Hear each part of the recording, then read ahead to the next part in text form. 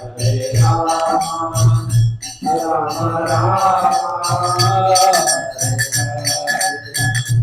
जय राधा मदन मोहन राधा मदन मोहन राधे जय राधा मदन मोहन राधे जय राधा गोविंद राधा गोविंद राधे जय राधा गोविंद राधा गोविंद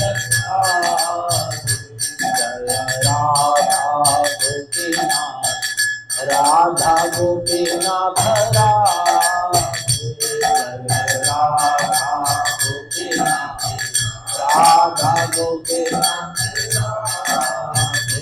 जय गौरनिताई गौरनिताई गौरनिताई जय गौरनिताई जय गौरनिताई गौरनिताई गौरनिताई जय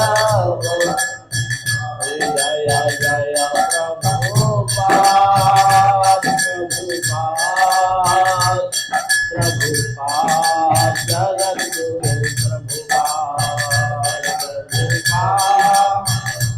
प्रभुपाद प्रभुपाद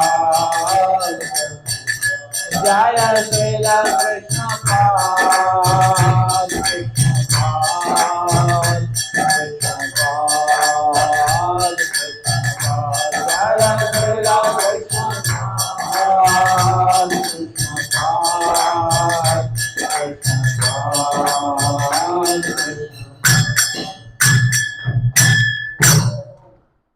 नमो ओम विष्णुपादाय कृष्णप्रेष्ठाय भूतले श्रीमते राधा गोविंद गोस्वामी नामिने नमस्ते प्रभुपादाय गौरवाणी प्रचारिणे निर्विशेष शून्यवादी ग्राम्य जनने स्तारिणे नमः ओम विष्णुपादाय कृष्णप्रेष्ठाय भूतले श्रीमते भक्तिवेदांत स्वामीति नामिने नमस्ते सारस्वते गौरवाणी प्रचारिणे निर्विशेष शून्यवादी पाश्चात्य देश तारिणे श्री चैतन्य मनोभीष्टं स्थापितं येन भूतले स्वयं रूपः कदा मह्यं ददाति स्वपदान्तिकम् वन्देऽहं श्रीगुरोः श्रीयुतपदकमलं श्रीगुरून् वैष्णवांश्च श्रीरूपं साग्रजातं सहगण रघुनाथान्वितं तं सजीवं साद्वैतं सावधूतं परिजन सहितं कृष्ण चैतन्य देवं श्री राधा कृष्ण पादान् सहगण ललिता श्री विशाखान्वितांश्च हे कृष्ण करुणा सिंधो दीनबंधो जगत्पते गोपेश गोपिका कांत राधा कांत नमोस्तुते तप्त कांचन गौरांगी राधे वृंदावनेश्वरी वृषभानुसुते देवी प्रणमामि हरि प्रिये नमो महावदान्याय कृष्ण प्रेम प्रदायते कृष्णाय कृष्ण चैतन्य नाम्ने गौरत्विषे नमः जय श्री कृष्ण चैतन्य प्रभु नित्यानंद श्री अद्वैत गदाधर श्रीवासादि गौर भक्तवृंद। हरे कृष्णा कृष्णा कृष्णा हरे हरे, हरे राम राम राम हरे हरे। ओम नमो भगवते वासुदेवाय। ओम नमो भगवते वासुदेवाय। ओम नमो भगवते वासुदेवाय। ओम नमो भगवते वासुदेवाय। ओम नमो भगवते वासुदेवाय। ओम नमो भगवते वासुदेवाय। कृष्णाय वासुदेवाय हरये परमात्मने प्रणतक्लेशनाशाय गोविन्दाय नमो नमः। हरे कृष्ण।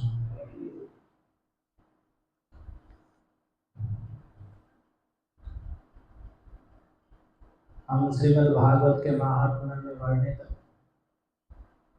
गोकर्ण उपाख्यान को सुन रहे हैं, जिसे सनत कुमार आदि चारों कुमार जो ब्रह्मा जी के मानस पुत्र हैं और भगवान के परम भक्त हैं, और उधर देवर्षि नारद श्रोता हैं, सनत कुमार जी वक्ता हैं, चारों कुमार, और देवर्षि नारद भी भक्तों के अग्रणी और विरक्तों के शिरोमणि हैं। तो बड़े ही श्रेष्ठ, और ये दोनों कौन हैं? दोनों मतलब सनत कुमार जी वक्ता और श्रोता, जो सृष्टि के आदि से हैं। तो ब्रह्मा जी के मानस पुत्र हैं सबसे पहले चतुष्कुमार, और देवर्षि नारद भी जो 10 ऋषि उत्पन्न हुए ब्रह्मा जी ने अपने शरीर से किए, शरीर के अलग अलग अंगों से, उनमें देवर्षि नारद हैं। तो सभी अति प्राचीन व्यक्ति हैं जिनके बीच का संवाद है, और सभी दोनों के दोनों जो सनत कुमार जी हैं वे भी नैष्ठिक ब्रह्मचारी हैं, विरक्त, और देवर्षि नारद भी वैसे ही हैं। और उनके बीच में भागवत की महिमा के विषय में संवाद हो रहा है। जब भागवत की महिमा उन्होंने गाई कि सब प्रकार से भागवत शुद्ध कर देता है, कैसे किससे भी कैसे व्यक्ति को, तो उस बात को सिद्ध करने के लिए, उसको प्रमाणित करने के लिए वे उन्हें इतिहास एक कथानक सुनाने लगे कि कितने से कितना गिरा हुआ व्यक्ति भी भागवत सुनने से कैसे पवित्र हो गया। अभी से प्रमाणिक जो अभी आपने सुना पवित्र हो जाता है, उसकी पुष्टि के लिए कथा सुनो भी पवित्र हुए भी हैं। तो उसमें उन्होंने बताना शुरू किया कि आत्मदेव ब्राह्मण जो तुंगभद्रा नदी के तट पर रहते थे, वो बड़े विद्वान थे, उनकी पत्नी थी धुंधुली, उनके कोई संतान नहीं थी। उन्होंने संतान प्राप्ति के लिए बहुत धर्म कर्म किए, अपने धन का आधा भाग केवल दान पुण्य आदि धर्म के कार्यों में लगा दिया, लेकिन फिर भी कोई संतान नहीं हुई। फिर वे द्विज आत्मदेव दुखी होकर घर को छोड़कर एक दिन वन में चले गए। वहां दोपहर तक रहे, उन्हें प्यास लगी, एक सरोवर के निकट गए, वहां जल पीकर वहीं पर बैठ गए। तभी वहां कुछ देर बाद एक सन्यासी वहां पर आए, और उन्होंने देखा जब उन सन्यासी ने जल पी लिया तो आत्मदेव उनके पास गए, उनके पास नमस्कार करके उन्हें चरणों में प्रणाम करके रोते हुए उनके पास खड़े हुए। तो यति ने पूछा क्या तुम्हारी चिंता है? तो उन्होंने बताया कि मेरे कोई संतान नहीं है, और मैं किसी वृक्ष को भी लगाता हूँ तो वो भी फल नहीं देता है, गाय भी आती है वो भी बांझ हो जाती है, जो फल लाता हूँ वो भी सड़ जाता है। तो मेरा अपने ही कर्मों के, अपने ही पापों से संचित ये फल है उसका, उसे भोग रहा हूँ, तो मुझे किसी प्रकार का कोई सुख नहीं है। तो इसलिए मेरे कोई संतान नहीं है, तो मुझे जीवन जीने से क्या लाभ है। तो जब इन्होंने ऐसा कहा और उनके पास जोर जोर से रोने लगे, तब उन यति के हृदय में बड़ी भारी करुणा हुई और उन्होंने कहा, उसके भाल माथे पर लिखी अक्षरमाला को पढ़कर ही कहा कि तुम्हारे 7 जन्मों तक बिल्कुल भी कोई पुत्र नहीं है, तो तुम ये संसार की वासना, पुत्र पौत्र और कुटुंब की जो आशा है इसको त्याग कर दो, इसमें सुख नहीं है। विवेक का आश्रय लो और संन्यास में ही वास्तविक सुख है। तो जब ऐसा कहा, रे मुंचाते कुटुंबासाम संन्यासे सर्वथा सुखम, कि देखो पहले सगर को भी संतति से दुख ही प्राप्त हुआ है और अंग को भी दुख ही प्राप्त हुआ है, तो इसलिए तुम ये कुटुंब की आशा अभी छोड़ दो और वास्तव में संन्यास ग्रहण कर लो, संपूर्ण रूप से छोड़कर भगवान के एकांत की भक्ति में युक्त हो जाओ, उसमें ही सुख है, संन्यास ही सुख है। घर का जो प्रपंच है गृहस्थ आदि का ये सुखकारी नहीं है।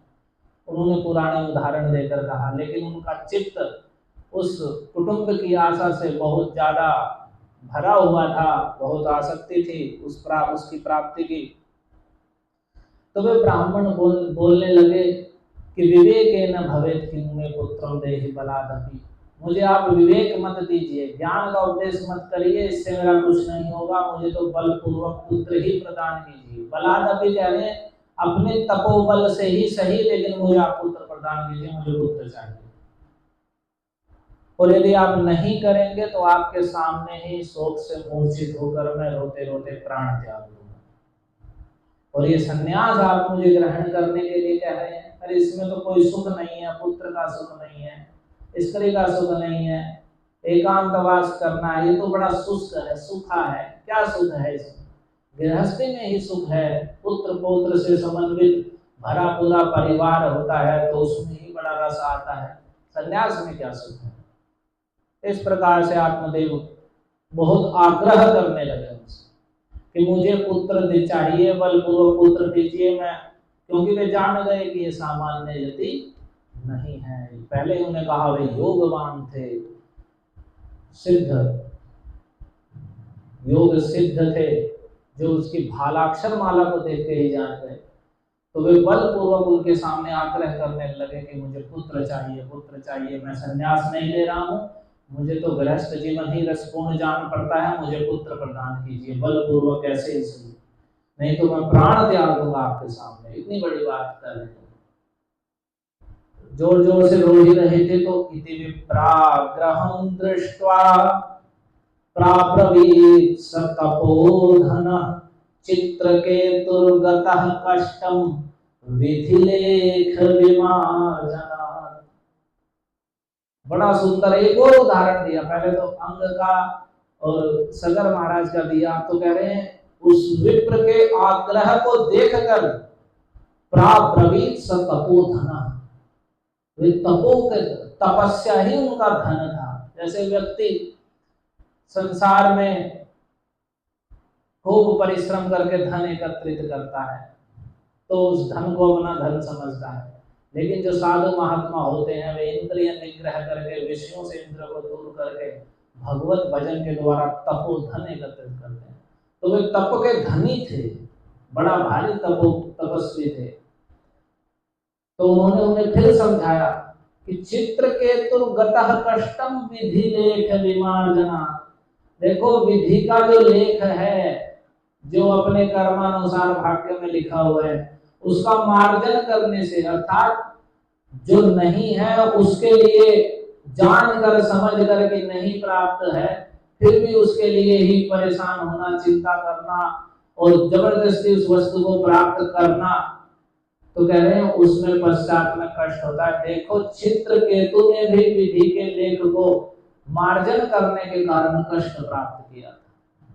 तो चित्रकेतु कौन थे? ये चित्रकेतु बहुत बड़े राजा थे, भागवत में विशेष बड़ा प्रसंग है इसका। ये भागवत की कथा है चित्रकेतु महाराज की, और बल्कि भागवत के लक्षण में भी बताया गया है। यही चित्रकेतु फिर अगले जन्म में वृत्रासुर के रूप में जन्मे थे।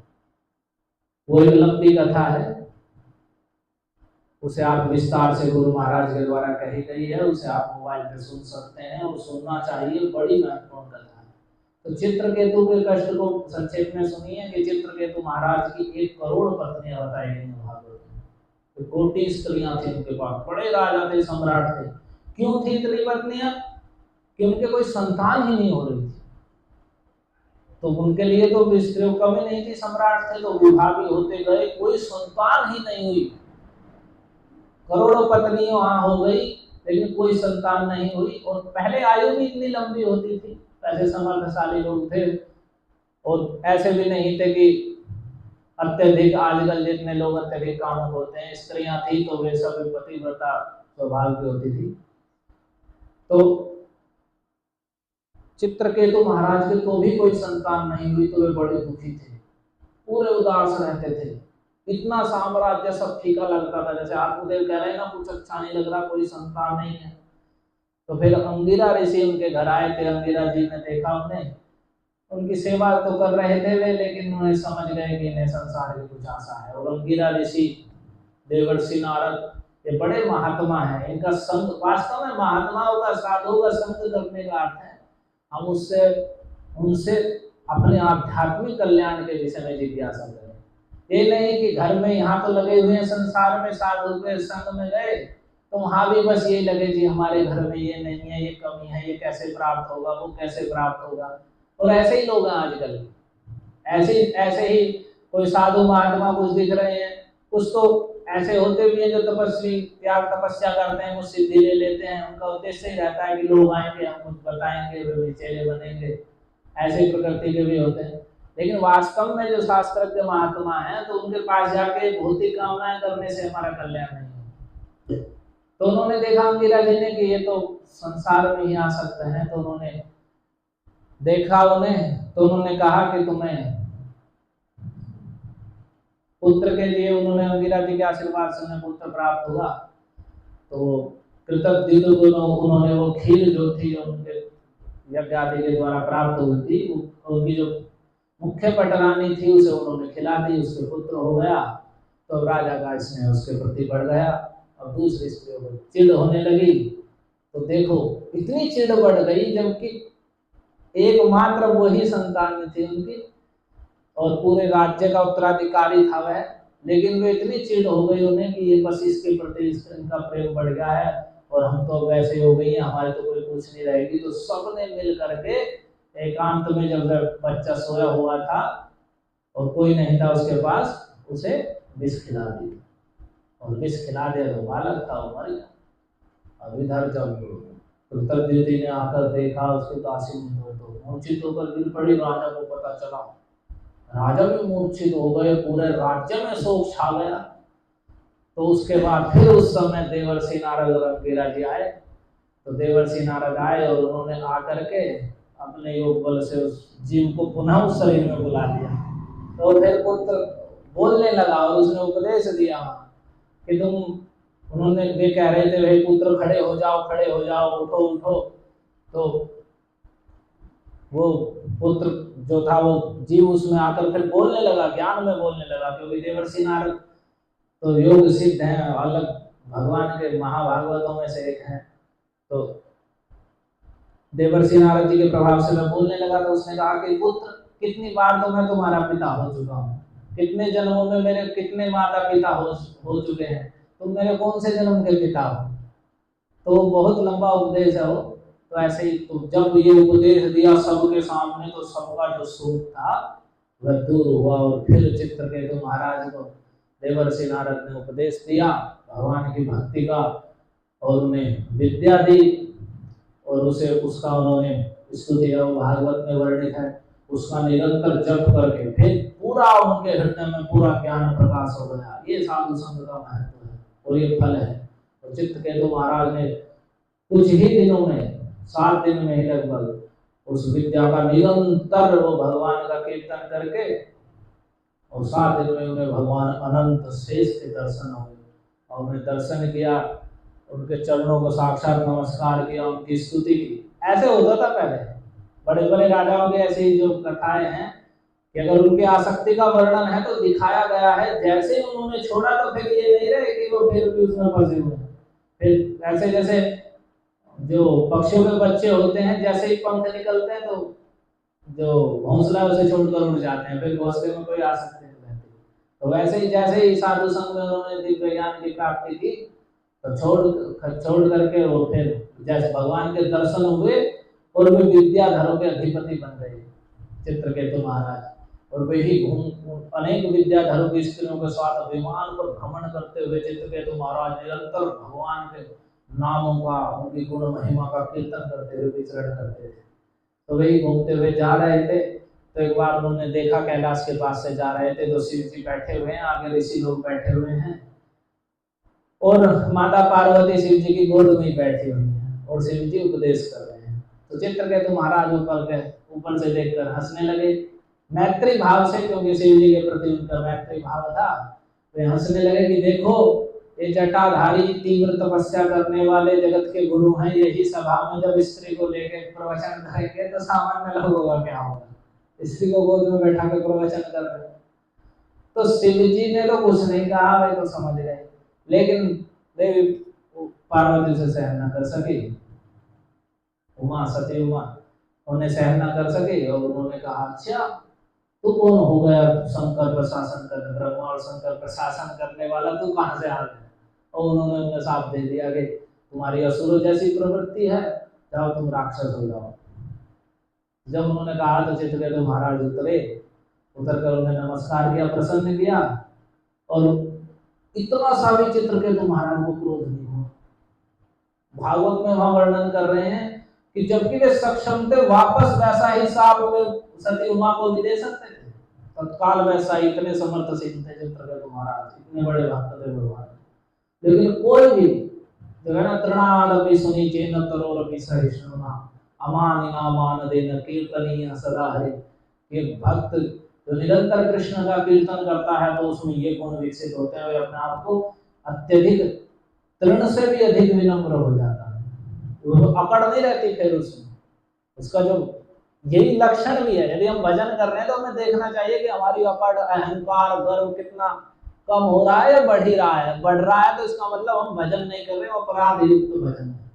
और ऐसा भक्ति सिद्धांत सरस्वती ठाकुर ने कहा है कि यदि कोई हरिनाम जपते जपते समय बीत गया, लेकिन हृदय में वैसे ही संसारिक विषय वासनाएं, गर्व, अहंकार मत बसा हुआ है, तो इसे समझ लेना चाहिए कि व्यक्ति के द्वारा कीर्तित वस्तु हरिनाम नहीं है। वो जो हरिनाम कर रहा है अपराध युक्त कर रहा है, अनेक अपराध उसके हो रहे हैं, इसलिए उसका फल उदित नहीं हो रहा। नहीं तो जो भी हरिनाम संकीर्तन करेगा उसकी विषय वासना विदुरित होनी है, उसके अंदर विनम्रता, जीवों के प्रति दया, सहनशीलता, ये गुण अपने आप विकसित होंगे। तो चित्रकेतु महाराज ने सहन कर लिया, और उन्होंने कहा, और उनसे कहा कि आपने मुझे साप नहीं दिया है, बल्कि जो भी कोई किसी को कुछ कहता भी है तो ये तो उसका दृष्ट जो भाग्य में आने वाला है वही आपने मुझे बताया। तो ऐसा कह करके चित्रकेतु महाराज चले गए। तो फिर शिव जी ने भी कहा कि देखा तूने भगवान अनंत के भक्तों की महिमा, देखो तुम्हारे रोष प्रकट करने पर उनसे कुछ नहीं हुआ। ये भगवान विष्णु के भक्तों की ये महिमा है। तो फिर वे चले गए, और फिर वही वृत्रासुर बने जब, और त्वष्टा विश्वरूप थे, बृहस्पति जी नाराज हो गए थे, विश्वरूप को देवताओं ने गुरु बनाया। तो विश्वरूप आहुति देते समय उनकी माता असुर कुल की थी, तो उसका भी कुछ पोषण कर देते थे असुरों का। तो इंद्र को पता चला, उन्होंने सिर काट दिया। तो त्वष्टा जी को बड़ा क्रोध आया। फिर उन्होंने, ये वेदों में भी ये कथा वर्णित है, मतलब बड़ी वेदों में, उपनिषदों में भी ये बताया गया है। तो वृत्रासुर के लिए फिर उन्होंने यज्ञ किया, इंद्र सत्र विवर्धस्वमाचिरम जलिदिशा, और उसमें बताया कि जब वेद मंत्र उच्चारण होते हैं और थोड़ी सी त्रुटि होने से, देखो ये कर्म कांड में और भगवान की भक्ति में ये भी बड़ा भेद है। आजकल तो त्रुटि होती है, इसलिए कलयुग में उन सब के लिए शास्त्र में वर्णन नहीं किया गया है, क्योंकि वैसा कर ही नहीं पाएंगे। एक मात्रा भी गलत नहीं होनी चाहिए, थोड़ी मात्रा गलत हुई मंत्र उच्चारण करने में तो फल विपरीत हो जाएगा। तो जो वे मंत्र उच्चारण कर रहे थे उसमें स्वर होते हैं, उदात्त अनुदात्त स्वरित, मंत्र उच्चारण करते समय एक एक अक्षर का अलग स्वर होता है, तो उसमें थोड़ी स्वर की त्रुटि हुई और उन्हें तो इंद्र के शत्रु को उत्पन्न करना था जो इंद्र को मारे, और वो उसका ऐसा अर्थ हो गया जो इंद्र के द्वारा मारा जाए वो उत्पन्न हुआ। तो वृत्रासुर उससे उत्पन्न हुए, बड़े विशाल थे और पूरे को, और इंद्र को भी निगल भी गए थे, लेकिन नारायण कवच के प्रभाव से इंद्र बच गए। और फिर अंत में ऐसा हुआ कि वृत्रासुर ने भगवान की महिमा गानी प्रारंभ कर दी युद्ध के समय, क्योंकि वे चित्रकेतु महाराज जी थे और उन्होंने कहा इंद्र से कि तुम इंद्र वज्र उठाओ और मुझे मारो, तुम भय मत करो, क्योंकि इतने प्रभावशाली थे, इंद्र से वज्र भी छूट के गिर गया था।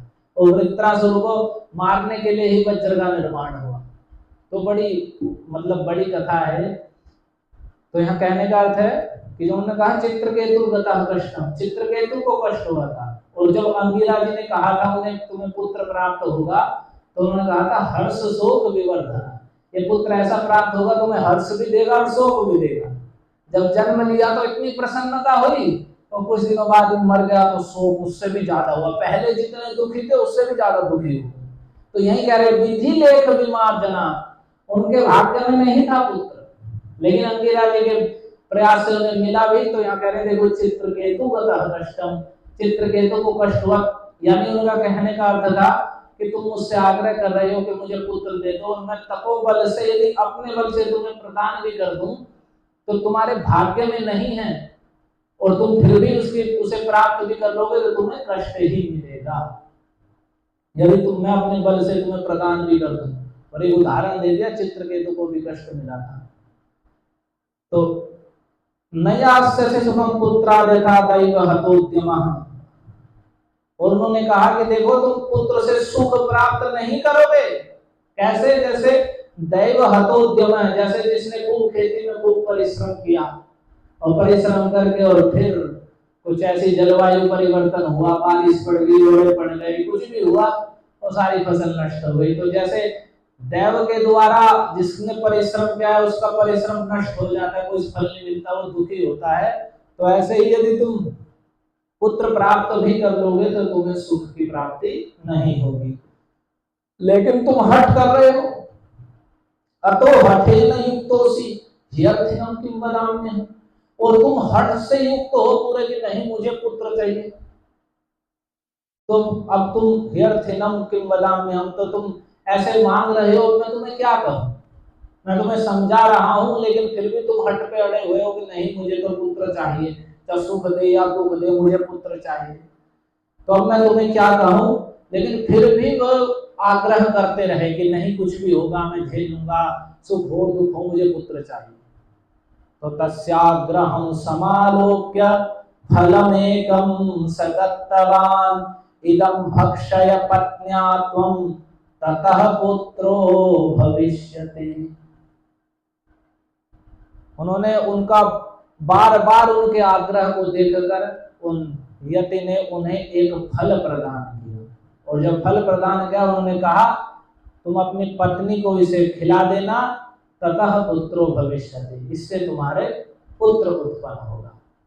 और फिर उन्होंने कहा कि पुत्र होगा, इसे खा ले तो उसे निश्चित रूप से पुत्र होगा, लेकिन अगर पुत्र किसी को संतान किसी को अच्छे गुण से संपन्न करनी है तो उसके लिए भी उन्होंने ये बताया कि अगर वो ऐसा ऐसा करेगी तुम्हारी पत्नी तो अति निर्मल पुत्र तुम्हारे उत्पन्न होगा। तो उन्होंने कहा कि इसे फल को अपनी पत्नी को खिला देना, और सत्यम शौचम दया दानम एक भक्तम तु भोजनम वर्षावधि स्त्रिया कार्यम तेन पुत्रोति निर्मला। यदि तुम्हारी पत्नी इन सब कार्यों को करेगी तो अति निर्मल बड़ा ही शुद्ध तेजस्वी पुत्र उत्पन्न होगा। क्या? सत्यम वर्षावधि, और 1 वर्ष पर्यंत, जब तक संतान जन्म न ले, जब से खाए तो जब तक संतान जन्म न ले तब तक उसे सत्य ही बोलना है, झूठ बोलना नहीं है, ना झूठ सुनना ना बोलना, ना झूठी चर्चा करनी। तो सत्य का आचरण करना। शौच का मतलब पवित्रता, शुचिता, स्नान आदि के द्वारा वस्त्र आदि के द्वारा मन से बाह्य और आंतरिक दोनों पवित्रता रखनी है। यानी बाहर से शुद्ध रहना है और मन में भी, हृदय में दूसरे प्रकार के ईर्ष्या द्वेष आदि का नहीं कोई चिंतन करना है। और फिर दया, सब पे दया करनी है। जो भी कोई सामने कुछ मांग रहा है या दान आदि देने के लिए आया या कोई दिन दुखी है तो दया पूर्वक दानम, उसे दान भी प्रदान करना है। दया रखनी है, जीवों पर दया करनी है और दान देना है। वर्षावधि कोई दान अर्थ मांगने के लिए कोई भी आता है तो उसे दान करे। और एक भक्तम तु भोजनम, और एक समय भोजन करके रहे, अन्नादि ग्रहण करे एक समय। तो करें, यदि तुम्हारी स्त्री ऐसा करेगी, स्त्रियां कार्य स्त्री के द्वारा ये 1 वर्ष तक ऐसा किया जाना चाहिए, तो तेन पुत्र होते निर्मला, तब जो तुम्हारा पुत्र होगा अति निर्मल होगा, दोष रहित होगा, बड़ा ही सुंदर और गुणवान, गुण से संपन्न पुत्र होगा। तो ऐसा कह करके एवं उक्त्वा ययौ योगी विप्रस्तु गृहमागतः पत्न्या पाणौ फलं दत्त्वा स्वयं यातस्तु कुत्रचित्। इस प्रकार से कह करके वे योगी, योग संपन्न यति वहां से चले गए। फल दिया और उन्हें समझाया तुम्हें ऐसे ऐसे करना है। तो वास्तव में यही कार्य होता है गुरु का, आचार्य होगा या साधु का। वे बता ही सकते हैं कि आप ऐसा ऐसा करिए, और जब हम करेंगे तभी कल्याण होगा। ऐसा नहीं है कि वे भजन कर देंगे और तब हमारा कल्याण हो जाएगा। साधु का यही कार्य है, किसी भी विषय में वो उपदेश दे सकते हैं, बता सकते हैं आप ऐसा करो, लेकिन जब हम करेंगे तभी कल्याण होगा। तो वे तो ऐसा कहकर चले गए। वे ब्राह्मण अपने घर आए, घर आकर उन्होंने वह फल अपनी पत्नी के हाथ में दे दिया, और दे करके स्वयं यातस्तु पुत्रचित्, और उसे कह करके तुम इस फल को खा लेना, इससे तुम्हारे पुत्र होगा, ये मुझे यति से प्राप्त हुआ है। ये सब बातें इत्यादि कह करके और स्वयं कहीं चले गए, किसी कार्य से कहीं चले गए और अपनी पत्नी को दे दिया। तो आपने उनकी पत्नी के गुण पहले से ही सुन रखे हैं कि वो अपनी बात पर अड़ जाने वाली थी, लोक वार्ता करने वाली थी, बहुत वो करने वाली थी, बातें बनाने वाली थी दिन भर, और कलह प्रिय थी, कलह करनी तो अच्छी लगती थी। और साथ ही साथ उन्होंने उससे भी कहा कि तुझे ये नियम पालन करने हैं वर्ष भर तक, यानी उसके स्वभाव के विपरीत सत्य बोलना है, पवित्र रहना है, दया करनी है। कल बताया वो क्रूर थी, स्वभाव की क्रूर स्वभाव की थी, तो कह रहे दया करनी है, दान देना है और एक समय भोजन करना है। तो जब उन्होंने कहा तो वे तो कहीं चले गए फल दे करके। तो अब क्या हुआ, कह रहे तरुणी कुटला तस्य सख्य अग्रेसर रोध।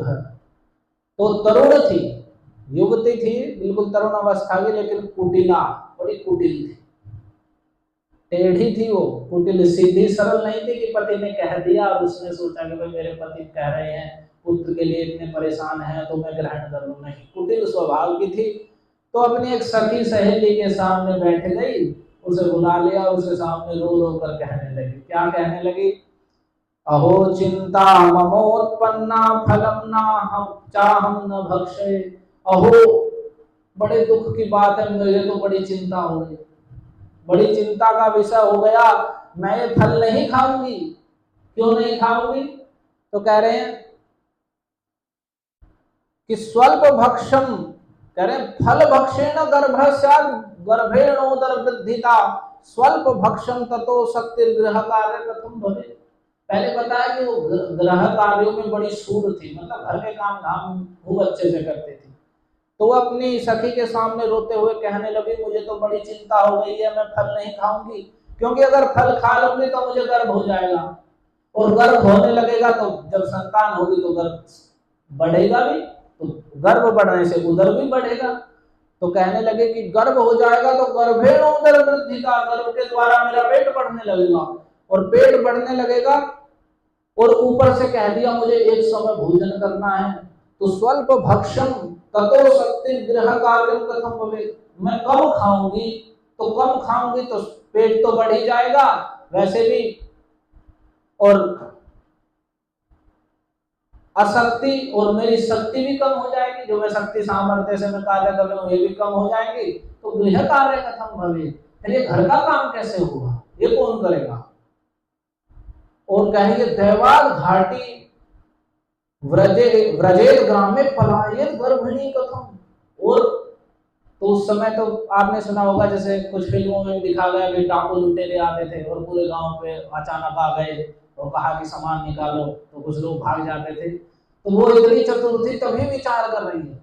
और यदि कुछ दुर्भाग्य से कभी यहाँ नगर में यहाँ डाकू लुटेरे आ गए तो सब तो भाग जाएंगे, और मैं गर्भिणी, मेरा गर्भ बढ़ा रहेगा, मैं कैसे भागूंगी, मैं तो यही रह जाऊंगी, यही उनकी पकड़ में आ जाऊंगी। तो इतनी कुटिल स्वभाव की थी। मैं असक्त हो जाऊंगी, घर का कार्य कैसे होगा। यदि दैववश यहाँ डाकू लुटेरों का आक्रमण हो गया और यहाँ आ गए तो सब भाग जाएंगे, गर्भिणी स्त्री कैसे भागेगी। और फिर कहने लगी और सुकुवत निवसेत गर्भस्तम कुक्षे कथम उत्सृजे। और फिर उसने कहा कि यदि उन्होंने कहा कि यदि तुम इन नियमों का पालन करोगी तो बड़ा ही सुंदर तेजस्वी अति निर्मल पुत्र होगा।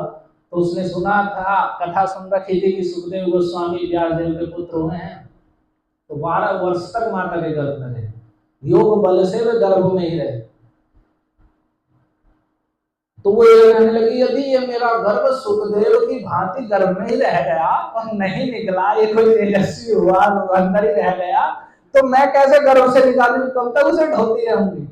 तो सुखवत निवसेत गर्भस्तम कुक्षे कथम उत्सृजेत, कैसे मैं उसे कुक्षी से बाहर निकालूंगी, कैसे उसका प्रसव करूंगी, यदि वह सुख की भांति अंदर ही रहा, नहीं बाहर आया। क्योंकि सुखदेव जी को व्यासदेव ने कहा भी, तो उन्होंने कहा कि नहीं, मैं बाहर नहीं आना चाहता, संसार को नहीं देखना चाहता। तो इसलिए वे इतने दिन तक गर्भ में ही रहे थे। तो उस बात को उसने सुन रखा था, ब्राह्मण की स्त्री थी, कथावादी तो सुनती ही होगी। तो उसमें कि सुखदेव की भांति रहा तो बड़ी समस्या हो जाएगी। और फिर कहने लगी त्रयक्षेतागतो गर्भस्तदा में मरणम भवेत्। और उसने सुना भी था कि कभी कभी गर्भ जो है टेढ़ा मेढ़ा हो जाता है बच्चा, तो गर्भ होने में स्त्री की भी मृत्यु हो जाती है प्रसव करने में। तो कहने लगी यदि गर्भ टेढ़ा हो गया कुछ, चेदागतो गर्भस, यदि बच्चा टेढ़ा मेढ़ा हो गया, तदा में मरणम भवेत्, तो मैं मरी जाऊंगी, मेरी मृत्यु हो जाएगी। तो फलम ना हम च भक्षे फलम चाहम न भक्षे, मैं ये फल नहीं खाऊंगी। और अपनी सखी के सामने रो रो कर ये बातें कह रही है, इतना विचार कर रही है फल खाने से पहले। वास्तव में एक शिक्षा है ना, किसी भी कार्य को करने से पहले उसके परिणाम पर अवश्य ही विचार करना चाहिए। ये तो कुछ उल्टा ही विचार कर रही है, लेकिन इसके सही रूप में अगर हम लें, और ये चाणक्य जी ने भी नीति में कहा है कि जो मूर्ख व्यक्ति हैं वे करने के बाद सोचते हैं, और बुद्धिमान व्यक्ति कार्य करने से पहले परिणाम को सोचता है। हम किसी को कोई बात कह रहे हैं तो पहले ही सोचते हैं कि इसका क्या परिणाम होगा। हम बोल रहे हैं कुछ भी, हमारे मन में जो आया बक दिया, और फिर बाद में कुछ उसका दुष्प्रभाव आया। या कोई हम व्यवहार कर रहे हैं किसी से भी संसार में, तो या कोई कार्य कर रहे हैं कैसा भी, तो बुद्धिमान व्यक्ति पहले उसके परिणाम के विषय में विचार करता है कि क्या क्या परिणाम हो सकते हैं, क्या मैं उन्हें देख पाऊंगा नहीं। और मूर्ख व्यक्ति करने के बाद सोचते हैं हाँ ऐसा हो गया। तो वो पहले से ही विचार कर रही है। लेकिन यही होती है, बुद्धि अगर दूषित है हमारी, तो सही बातों में हमें उल्टे ही कुतर्क ही उसमें निकलेगा। और फिर आगे कहने लगी चलो अगर ये सब भी नहीं हुआ, प्रसूतो दारुणम दुखम सुकुमारी कथम सहे। अगर मान ले ऐसा नहीं हुआ, बच्चा ठीक से जन्म भी ले लिया, तो जब बच्चा जन्म लेता है प्रसूति काल के समय, तो स्त्री को बड़ा कष्ट होता है।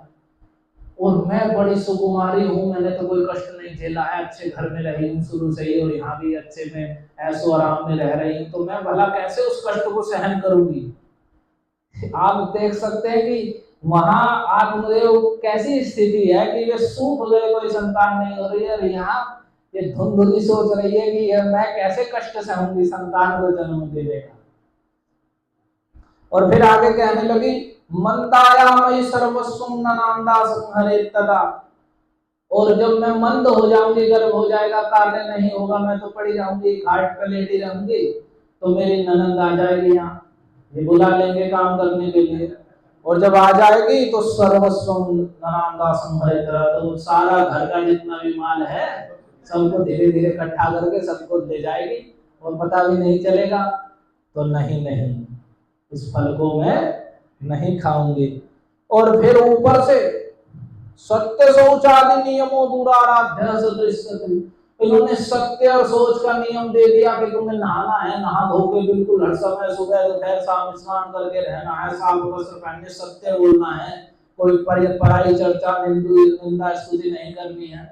तो ये तो दुराराध्य है, ये कैसे होगा, इतना बड़ा कैसे रोज लोक वार्ता रहता, बहुत पहले ही बताया, बहुत जल्पिका थी, बहुत भगवान बकबक करती रहती थी, लोग संसार की बात में उसकी चर्चा में उसका तो जीवन शैली थी। तो बोली वो तो दुराराध्य है, मैं कैसे करूंगी।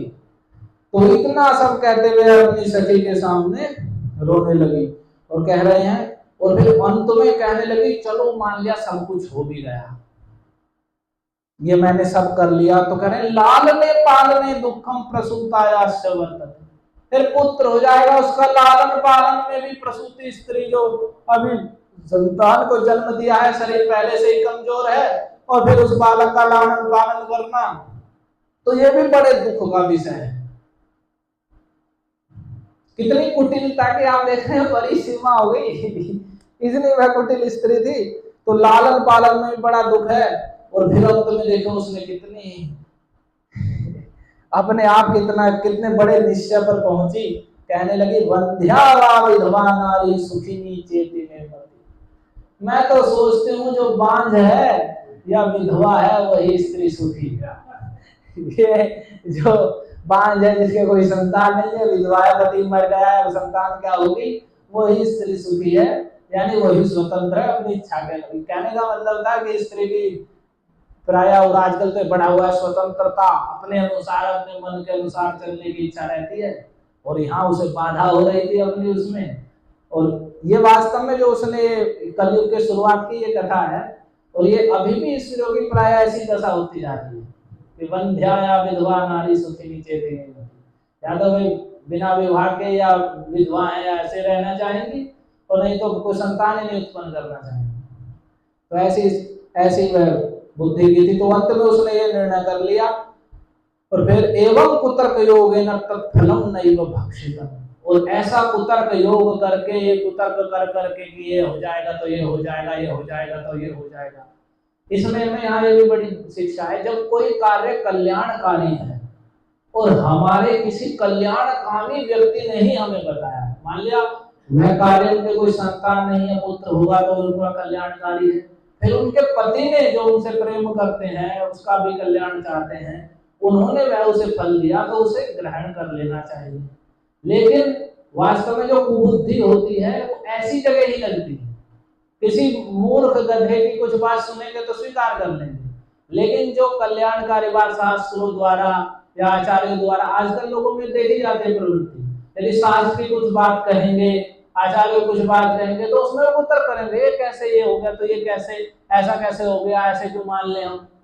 और वहीं आजकल के मूर्ख लोग, कुछ नेता या कुछ वैसे कि मोटिवेशनल स्पीकर कुछ भी मनगढ़ंत बक देंगे तो उसे भी स्वीकार कर लेंगे। तो हमें ये बल्कि हमें ऐसा होना चाहिए कि जो हमारे कल्याण के लिए ही है, और हमारे कल्याणकामी पुरुष और स्वयं भगवान भगवत गीता में उपदेश दे रहे हैं, भागवत में सुखदेव जी के द्वारा हमारे कल्याण के लिए उपदेश है, उसे हमें सुनना चाहिए और तुरंत मानना चाहिए। और यदि हम कुतर्क योग करते हैं तो हम ही अपने कल्याण से वंचित होते हैं। तो कह रहे हैं कुतर्क योगेन उसने फलम नैव भक्षितम्, फल नहीं खाया, इतना परिश्रम करके आत्मदेव जिलाए नहीं खाया। और तो इतने पर नहीं रुकी, वो पत्या पृष्ठम फलम भुक्तम चेति तयेत। जब पति आया आत्मदेव जी, उन्होंने पूछा तुमने फल खा लिया, तो कह दिया हाँ मैंने फल खा लिया। ये बात उसने उनसे भी नहीं कही कि नहीं मैं फल नहीं खाऊंगी, मेरी इच्छा नहीं है, उनसे भी कह देती तो वो कुछ और करते, तो उनसे कह दिया कि नहीं मैंने तो फल खा लिया है। एक तो इतना सब कुतर्क बुद्धि थी, और ऊपर से झूठ भी बोल दिया से, और भुक्तम चेती, और ऐसा कह दिया। और अब कह तो दिया कि मैंने फल खा लिया है, तो अब जब फल खा लिया है तो वे तो सोचेंगे गर्भ होगा, और गर्भ होगा तो संतान भी जन्म लेगी। तो फिर कहने उसके बाद क्या हुआ, एकदा भगिनी तस्यास्तद्गृहं स्वेच्छया गता तदग्रे कथितं सर्वं चिंतेयं महती में। तो अब उसकी चिंता और बढ़ गई उस स्त्री की, कुटिला स्त्री थी वो, तो उसकी चिंता बढ़ गई कि अब चलो मैंने खाया तो है नहीं, लेकिन अब पति को ये भी दिखाना है कि मैंने खा लिया और मैं गर्भिणी हूँ और मेरा गर्भ बढ़ रहा है। तो उसके लिए क्या हुआ, एक दिन उसकी बहन, वो भी उसी प्रकार की थी कुछ, वह उसकी बहन वहां स्वेच्छया, मतलब अपनी इच्छा से ही उसके वहां पर आ गई। तो आ गई तो अपनी बहन के सामने तदग्रे कथितम सर्वम, उसके सामने उसने वो सारी बात बता दी और कही चिंते महती में, यो मेरी बड़ी भारी चिंता है। हे दुर्बला तेन दुखेन, हे अनुजे, हे मेरी छोटी बहन, मैं बड़ी इस दुख से बड़ी दुर्बल होती जा रही हूँ और मुझे समझ में नहीं आ रहा है मैं क्या करूँ। मैंने बोल तो दिया कि मैंने खा लिया है, लेकिन अब मुझे दुख हो रहा है कि अब मैं क्या युक्ति भिड़ाऊं, क्या करूं, तो इसलिए मैं दुर्बल होती जा रही हूँ, मुझे बड़े दुख की बात है। हे मेरी छोटी बहन, है मुझे बताओ मैं अब क्या करूं, कैसे इस दुख से बचूं। तो साब्र, वो कैसी थी, वो बोली कि साब्रवीन मम गर्भो से तम दास्यामि प्रसूतिता। वो कहने लगी सुनो सुनो, चिंता की बात नहीं है, मैं गर्भिणी हूँ, मुझे मुझे गर्भ है, और तम दास्यामि प्रसूतिता, और जब वो बालक जन्म ले लेगा तो मैं उसे तुम्हें दे दूंगी।